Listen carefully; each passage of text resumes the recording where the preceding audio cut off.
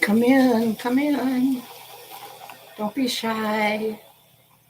Stay a while. We're gonna read some stories tonight. Don't go, don't go, don't go. Don't go, don't go.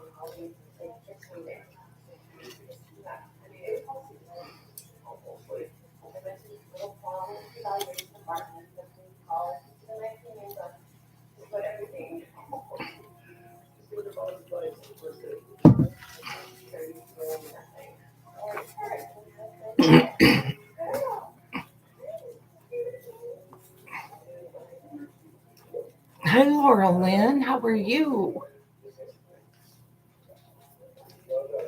I'm going to go grab my phone holder. Don't let anybody leave, okay?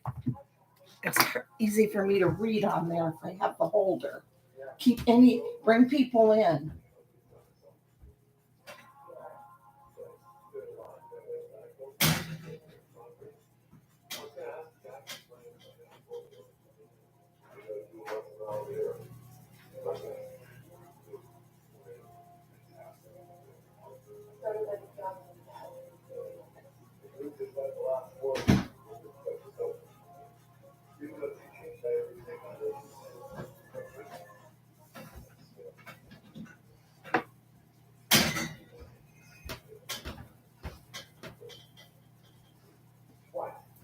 Hi, okay, you stayed right there. That's nice. Hi, Jenny. Yes, it is. Dark and scary. Try not to be afraid. Don't be afraid. There's nothing to be afraid of. Nothing, I tell you. Hey, Billy Jones and Jenny D1. Hi, Nightmare. I didn't sneak away. I told Carolyn, and she said, okay, go. She said, go, go, go.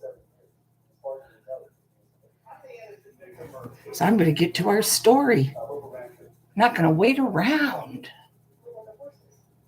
We're on number 8, The Piper from Telluride. This is spooky Colorado. Okay.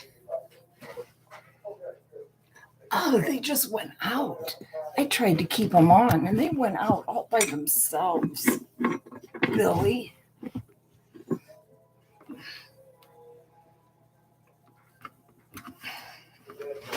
Oh, this one sounds scary. Kind of does. Kind of really does. I don't know, but we'll find out.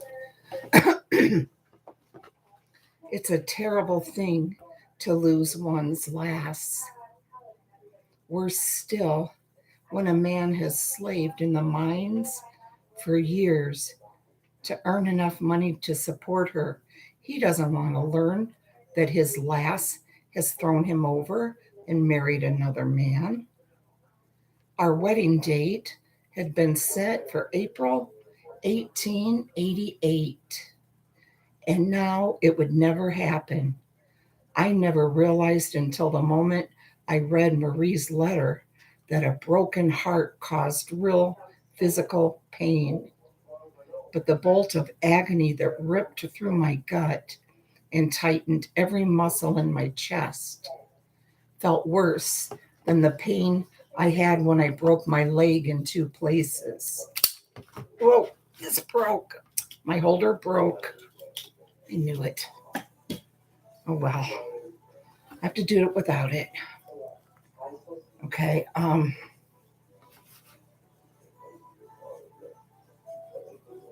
Where'd it go? Okay. The whole world went gray around me, and I don't actually remember much from the moment I received the letter until I found myself with my burro on an icy, snow packed trail about 12,000 feet up in the mountains, up to the mountain. The gusting wind buffeted my burro and me, and its cold slap on my face startled me from my stupor. I stared at the beautiful, treacherous mountains, trying to get my bearings. Beside me, my burro sighed and sat down abruptly in the middle of the trail. She'd been working hard while my mind was elsewhere, and now she refused to take another step along this hazardous trail. Really, I couldn't blame her. I sat down next to her, studying the dizzying scenery around me. It looked as if I'd climbed the saddle that divided Horry County from Miguel, so at least I knew where I was. Not that it helped much. It was early spring, and a blizzard might sweep down at any moment, or the packed snow underfoot could give way, sweeping away my burro and me. Somehow, I couldn't make myself care much. I must have left the Virginia's mine without collecting my pay,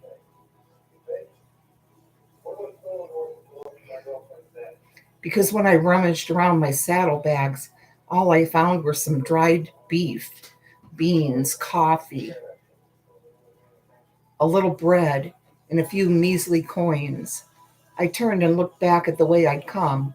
In the bowl of white snow far below, I saw the shaft houses, rough cabins, ugly slag piles newly pulled from the mine, and crisscrossing trails.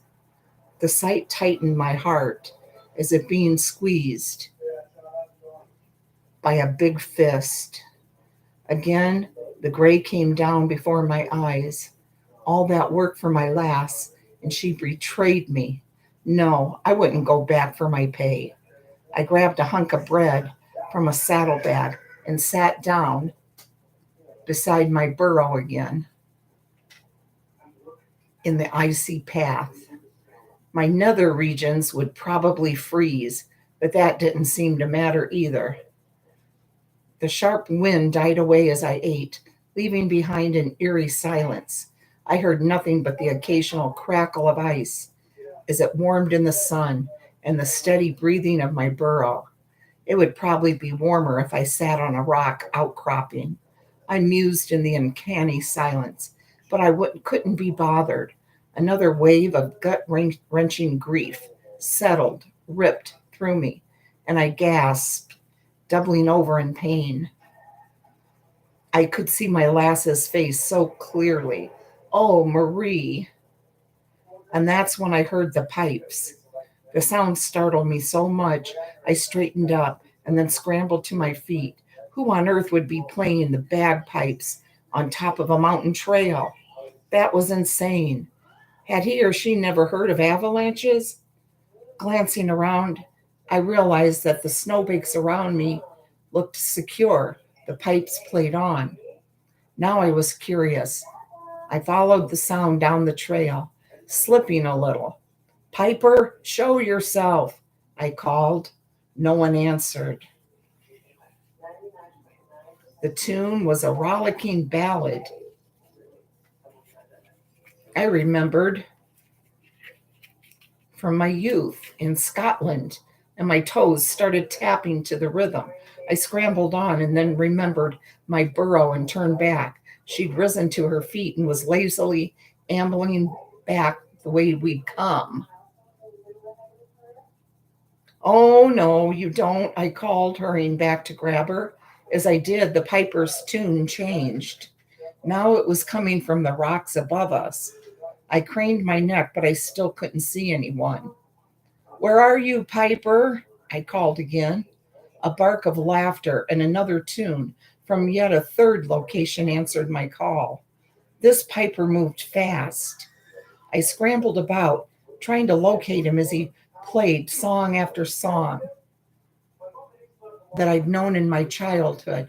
Somehow, the piper continued to elude me, and my burro was getting mighty confused by all the scrambling about.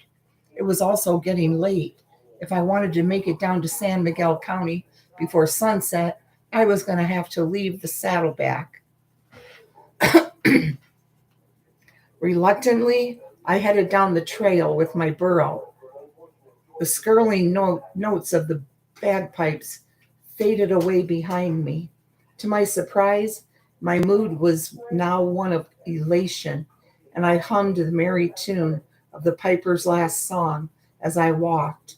My heart was still broken, I knew, but the piper's music had given me hope. There was still beauty here in this wild country, beauty in music. Anything seemed possible after hearing the pipes play. Here's an illustration.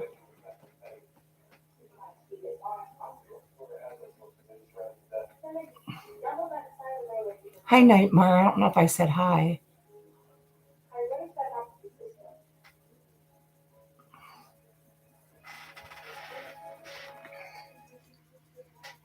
I was way down the path when the music broke out one last time. I turned to look back and saw a man in a tattered Highland kilt standing above me, his bagpipes looming over his shoulder.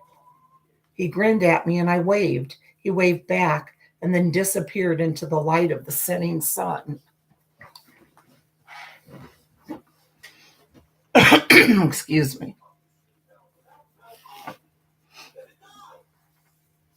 Let's see. Mm-mm. Cat's got my. Yes, the ambient lighting again. Hi, LMNW50. Got your horses. Woohoo. Yeah, yeah. I shouted a thank you to him and headed down toward my new mining camp. I reached the Minolta mining camp at dusk. As I ate a late supper, I asked the other miners about the piper I'd heard in the hills. An uneasy silence fell over the crowd at my question, and my pulses gave a funny throb at the look I saw in their faces. Is something wrong? I asked, around a mouthful of beans. A grizzled miner beside me shook his head gruffly and said, some of us have heard of him. What do you know about him? I pressed for details. Don't ask us about the piper, a red-headed giant of a fellow replied, wiping crumbs from his long beard. If you want the story, ask the blacksmith over at Sheridan. I could tell from the looks on the faces around me that I would make no friends here if I continued with that conversation, so I changed the subject, telling the miners all the latest gossip from the Virginias. But I made a mental note to contact the blacksmith at Sheridan at the first possible opportunity. It wasn't many days later that I made my way to the blacksmith's door to talk to him about a certain piper. The blacksmith, Freddie, went ashen when I broached the subject, and he pulled me inside the smithy where we could speak in private.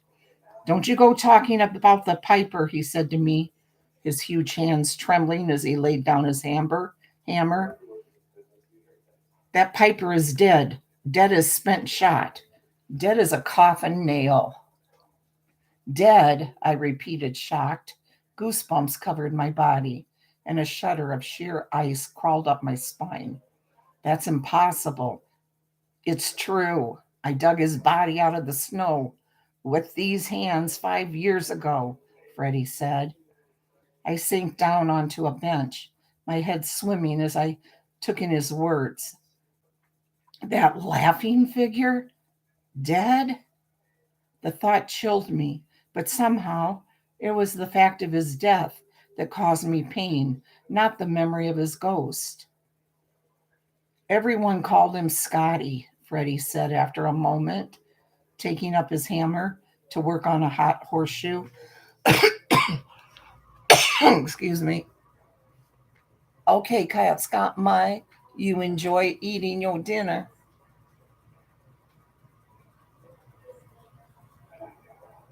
Nobody could pronounce his real name. He played the pipes for us in the summer, out in the emerald colored meadows.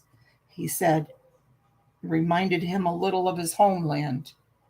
He came from Glengarry in the Grampians, and he was the best of men, hard-working, true-hearted, generous, strong as an ox.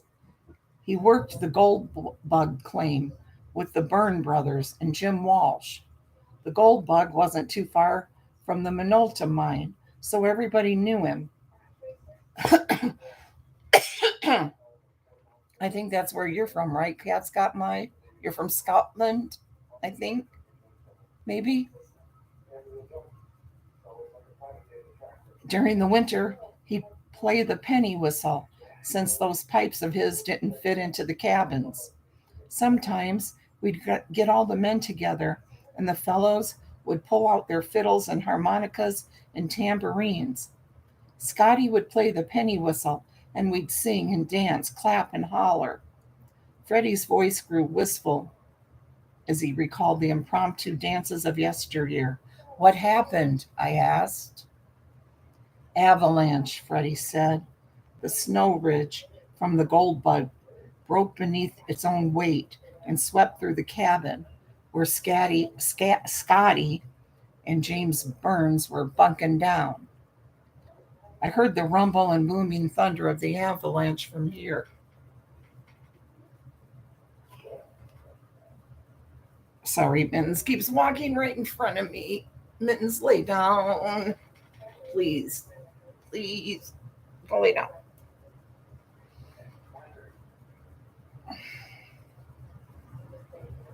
There was nothing we could do in the middle of the night, but we searched the area in the morning and found them buried deep beneath the snow. They were curled up in their beds, as if they were still asleep. The avalanche must have crushed Scotty to death instantly. For a moment, there was silence in the forge. Then Freddie spoke up. We buried Scotty and James down in Telluride. A lot of men died in the avalanches that year. He paused for a moment, his face thoughtful and a little sad. It gave me quite a turn the first time I heard the pipes in the hills. Now I rather like it. I like it too, I said meditatively. Born in Australia, but half Scottish, quarter Polish, and a quarter Russian. Oh, how neat. I like it too, I said. Mittens, I said meditatively. Freddie grinned suddenly. You're not the only one to see Scotty. Mittens, stop. Stop it. Mittens, stop. Stop it. She loves to chew up paper. It's crazy. Oh, Mittens, stop. She seems to always find the important one. It's like tax envelope. Mittens, stop it. Quit it. I don't know what your thing is with paper. Please stop. I just don't understand. I'm sorry, guys. Hi, Nicole. Hi, cute kitty kitty. Good morning to you with that flashlight. Okay. Back to the story. Freddie grinned suddenly. You're not the only one to see Scotty. What is she doing now? Actually, I think that one's okay. He appeared once in the middle of one of our dances, playing the penny whistle right along with the quartet. Not everyone could see his ghost, but we all heard him. I chuckled. I wonder why I saw him up on the mountain, I said, more to myself than Freddie. You're another Highlander, the blacksmith said. You'd appreciate his music more than all the rest of us put together. I nodded thoughtfully. It was as good an explanation as any. I thanked Freddie and headed back toward the Minolta, pausing at the base of the trail that led into the mountains to listen for a moment. I heard the faint sound of Danny Boy drifting over the mountaintops. I smiled. Thanks, Scotty, I called softly up the trail, and then I headed with hope toward the Minolta mine in my future. The end. Stop it. Stop.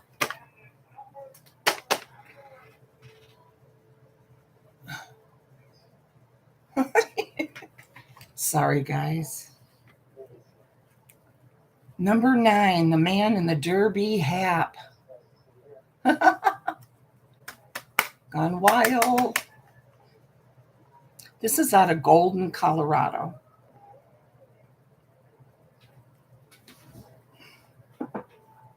I hate riding on trains. Oh, I know.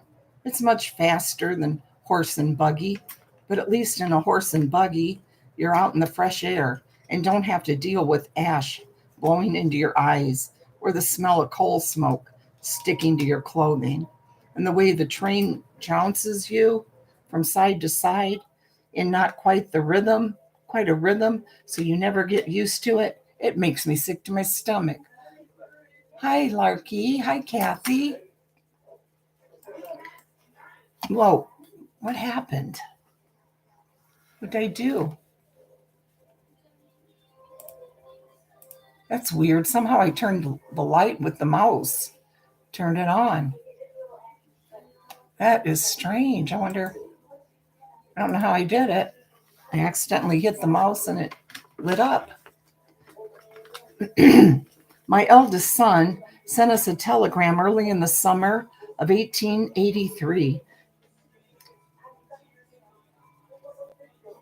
My eldest, not son, my eldest, saying she was almost due with her first. And would her mama and papa come? I groaned aloud.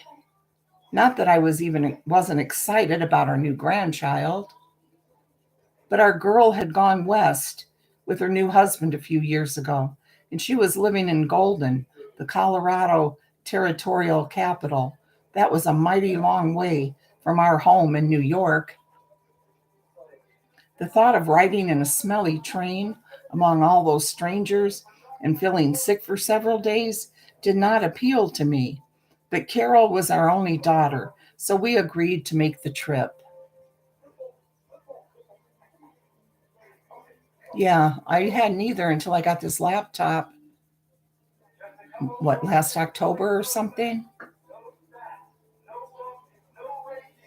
Gerald, my husband, took pity on my nerves and booked our trip in easy stages. We would get off the train and sleep in a hotel each night along the way. Still, by the time we left the station at Denver on the last leg of our trip into Golden, I was heartily sick of the whole business, not to mention heartily sick to my stomach. I told Gerald we were going to buy a house out there because I wanted nothing more to do with trains ever again. He chuckled and patted my hand, humoring me as if I were kidding. It was a nice train as far as trains go, rather opulent with fancy seats and brass trimmings. I just wished I felt well enough to enjoy it. The dining car was posh, and the people riding the train were very friendly. The conductors in their crisp uniforms were extremely polite, even when they found me dangling out the window, trying not to lose my lunch, or crammed onto the small platform at the end of the train where riders were not supposed to go, looking green and utterly miserable. They so kindly extracted me from these precarious positions and offered me a soothing tonic to help cure my stomach troubles. I only wish the tonics helped. So sunk in misery was I during the last leg of our journey, I hardly noticed when a cold winter breeze blew suddenly into the car, bringing with it a smell so foul that people around us began gagging. I thought nothing could make my train sickness worse, but that smell hit at the root of my illness, and I flung myself through the open window just in time. I had nothing left to lose, but that didn't stop me from reaching miserably out the window. Finally, I retching miserably. Finally, I wiped my mouth with my handkerchief and slid back into my seat beside Gerald. My patient husband, his nose wrinkled in disgust, was searching irritably for the source of the smell.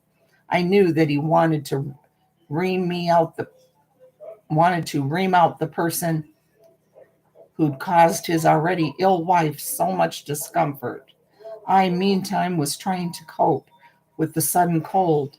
My illness already made my skin feel clammy and cold, but now the air inside the car was so chilly, we might as well have been sitting on top of one of the snow capped mountains I saw in the distance, which was strange because it was early summer. Gerald swore suddenly, something he almost never did, and grabbed my arm so tight it hurt. Irritated, I batted his hand away and followed his gaze down the length of the car, too aware of my roiling stomach to care much about anything else. And then I saw him, a tall man in a black coat and derby hat, was coming slowly down the aisle of the train, and the horrible stench was coming directly from this person. But it wasn't the stench that held me transfixed. It was his face under his bushy black beard. His skin was rotting away, the flesh peeling back to reveal white bone in places, and there was a writhing white presence that looked like maggots behind the bones. I arched up, my body stiff with terror. My hands gripped the bottom of the seat so hard, my fingers ached. My poor stomach lurched, and I fell sideways against the window, trying to be sick with nothing left to be sick with. Let me get a sip really quick.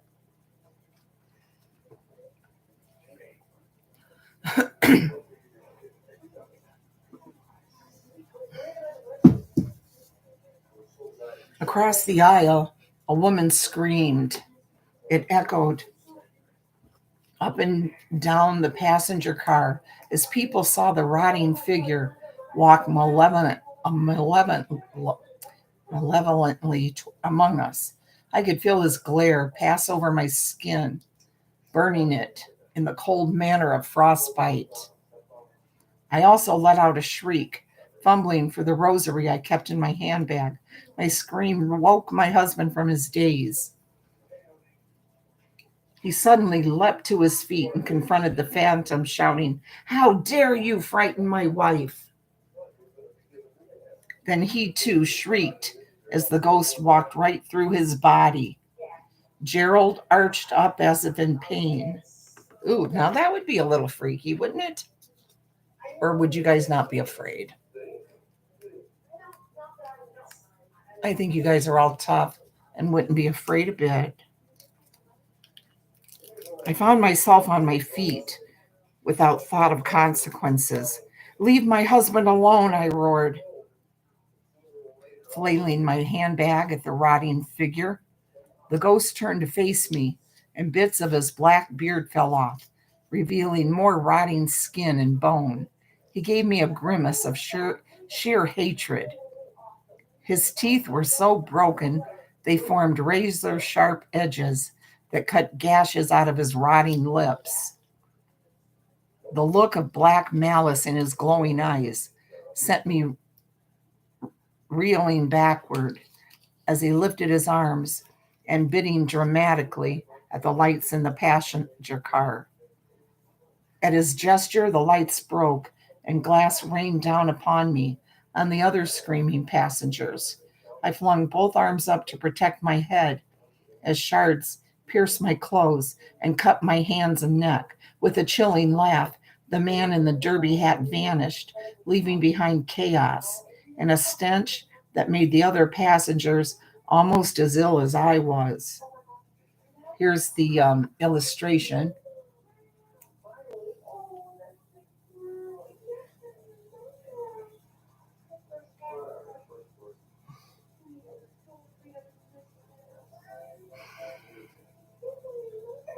Ooh, that's weird how it's showing up, isn't it? Not showing up. It's getting the glare of the computer. It is creepy, isn't it? The conductor for our car came running when he heard the noise, and he spent the rest of the journey into Golden cleaning up the mess and calming the people in our compartment. Gerald sat white and panting in the seat beside me.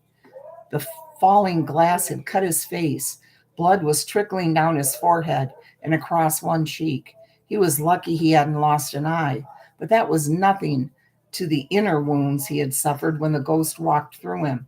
He told me later that it felt as if he'd been pierced in several places by swords made of ice. His insides ached, and he felt violated, as if his mind had been wrenched apart and pawed by this malicious figure. All in all, we made a very poor picture as we stumbled off the train and into the welcoming arms of our daughter and her husband.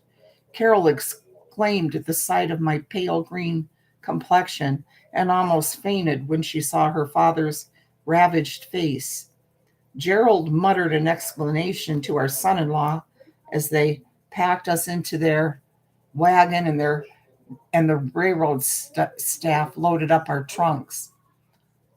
A man in a derby hat, our son in law exclaimed. I'd heard rumors of a ghost on the train, but I've never seen him myself.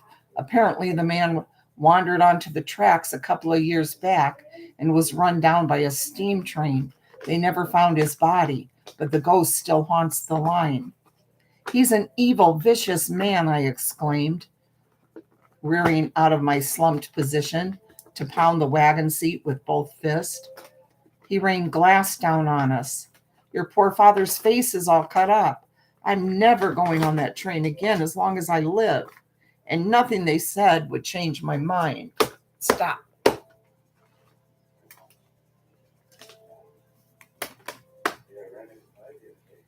Poor Gerald. He had nightmares for weeks following the encounter with the ghost, and it took several days for my constitution to return to normal. So debilitated was I from my train sickness. About the time our first grandchild was born, Gerald wrote to our lawyer back home and put our house on the market, since I had made it abundantly clear that if he wanted to return east, he was going alone. As soon as our house sold, we bought a small ranch outside Golden and settled down to raise horses and spoil our grandchild. A few days ago, our son wrote to tell us that he and his wife were moving to Golden to be near the rest of us.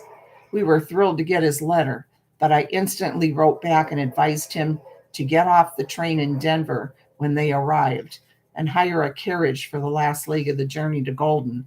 I didn't want anyone else in my family to fall into the clutches of that demonic phantom in the derby hat. That's the end of that one. The end. I'm going to read one more and then be done for tonight. Okay, hey, Leslie. Oh, wow, you had a good time then, Leslie. If you're just now about recovered, yep, you had a good time. That's great. Let me get a little sip of my water.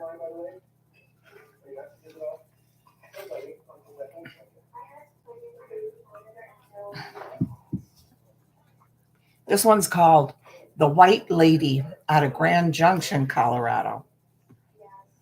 My fiance and I spent a wonderful day hiking Colorado National Monument, and we stopped for a moment to rest on the side of the trail, drinking from our water bottles and discussing the best way to get back to our campsite in Horse Thief Canyon.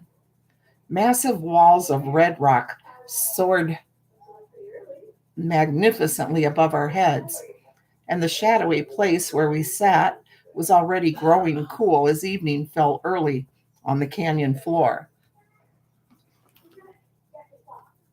Come on, Julie, Harry said, rising and reaching a hand to pull me up. At this rate, we won't get back until dark. I jumped to my feet and we ambled companionably Down the trail leading out to the monument and into the adjacent canyon where we'd pitched our tent. We had decided to celebrate our new engagement with a week of camping and kayaking along the Colorado River, culminating with 3 days spent hiking in Ruby and Horse Thief Canyon and the monument. We were avid outdoors people and were planning a garden wedding in the spring. Meantime, we were enjoying the early fall weather and the lack of competition for campsites along the Colorado. Tourist season was mostly over by now, and we had the place to ourselves. Sweet! It took an hour to reach the campsite, and by then we were both starving. Harry got a fire going, and soon we had baked beans simmering in the can and potatoes roasting in tinfoil among the coals. After dinner was served, I glanced around our lovely desert surroundings, watching the dusk fall over the world as the first stars twinkled over the mountains. So, why is this place called Horse Thief Canyon? I asked Harry, stretching my legs lazily toward the fire. Two guesses, and the first one doesn't count, my fiance replied, around a mouthful of baked beans. Look, I'm not stupid, I said, waving my fork at him. I figured out that horse thieves must have used this canyon, but surely there's more to the story than that. Just the usual, Harry said dismissively. Horse thieves hid out here with their stolen horses, and one day the sheriff got wise and tracked them down. There was a gunfight, men and horses got killed, and the sheriff's posse took prisoners and turned the horses to their rightful owners, returned them to their rightful owners. End of story. Harry is a sweet man, and I love him dearly, but he does not possess a romantic bone in his entire body. Honestly, Harry, I said, setting aside my plate, I could have told a better story than that. Harry snorted inelegantly. Yeah, I can just hear your version. He raised his voice to a soprano squeak and dictated, It was a tale of passion and romance. Romance set against the rugged desert sky.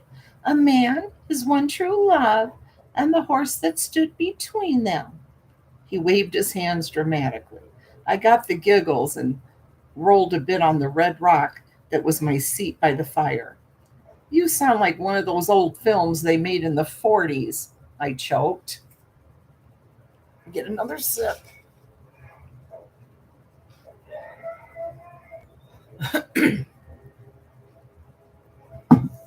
No, you sound like a film from the 40s, Harry said teasingly.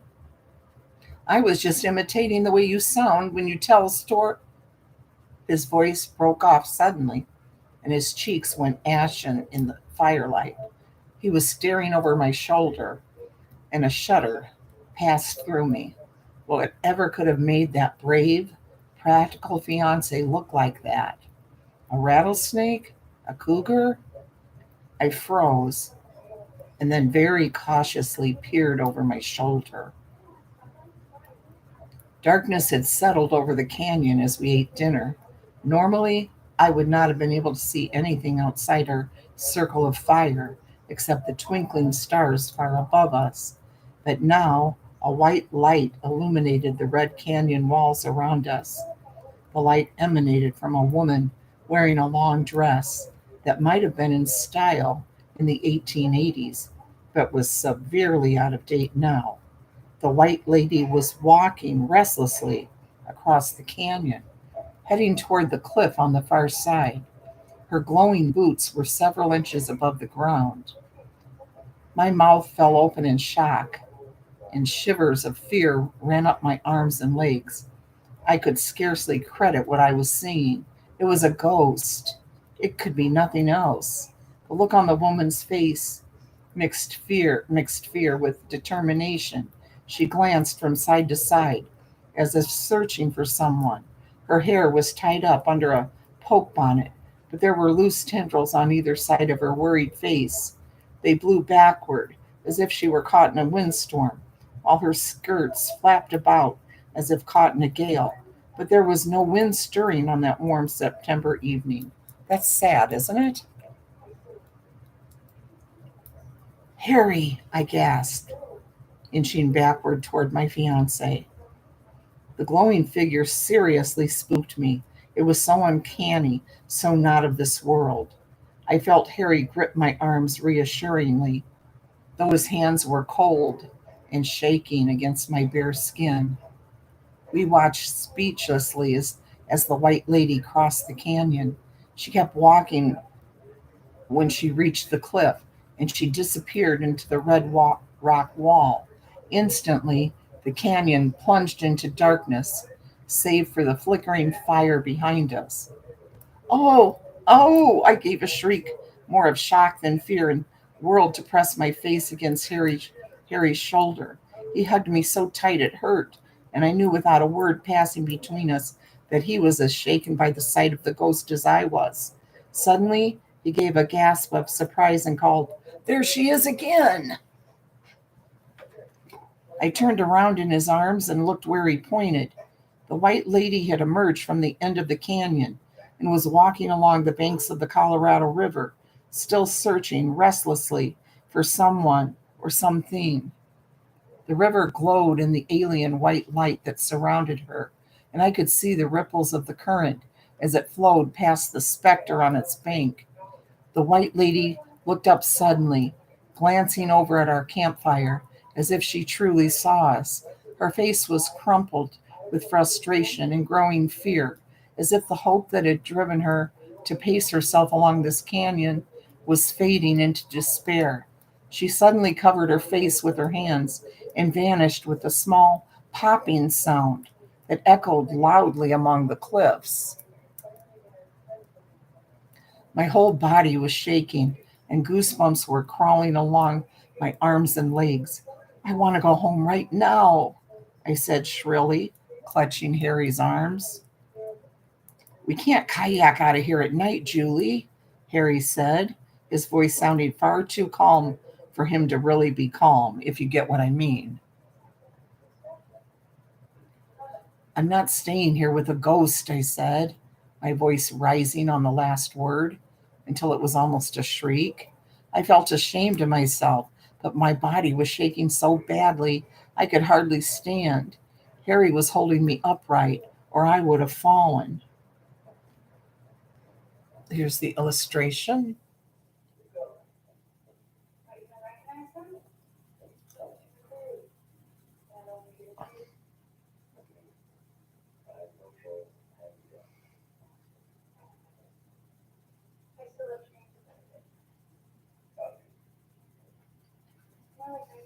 Oh, yeah. I'll look at those too, Leslie and Slack. Sounds like it was wonderful. It was magical and totally insane. That's great. "Why don't you get in the tent, Jules?" Harry said, using the pet name he'd given me when we first started dating. "The ghost won't bother you in the tent." And how would he know that? I thought hysterically. But he was right. We couldn't kayak out of here at night. At least the tent seemed like a refuge. "Hi, Tracy Claus." Harry helped me over to it, and I crawled inside. I heard him dousing the fire and cleaning up from dinner. A few minutes later, he crawled in beside me and pulled me into his arms, sleeping bag and all. I huddled close to him, still shivering. "Where's your sense of romance, Jules?" he whispered against my hair. "This would make a perfect 1940s film. A man on the run steals the heart of a lovely maiden. She tries to shield him from the law, but he's tracked down and killed in a shootout in Horse Thief Canyon. She dies of a broken heart, and ever after her ghost roams the canyon in search of her one true love." "Do you really think the ghost is related to the shootout in the cabin canyon?" I asked Harry. His story had calmed me somewhat, and my breathing was almost back to normal. "I have no idea," Harry said into my ear, "but it makes a good story." It did make a good story, and it reconciled me to the ghost's presence, at least enough to allow me to fall asleep. But I was up at dawn the next morning, and we were out of that haunted canyon as fast as we could pack our things and load the kayaks. One ghost sighting was enough for me. The end. Okay, I'm going to make the bookmark right there. And know right where we are next time.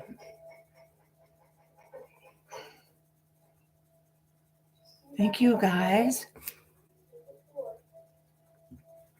You guys all have a wonderful night or day, wherever you're at. Thanks for coming and listening. Love you guys. Bye-bye. Congratulations, Leslie.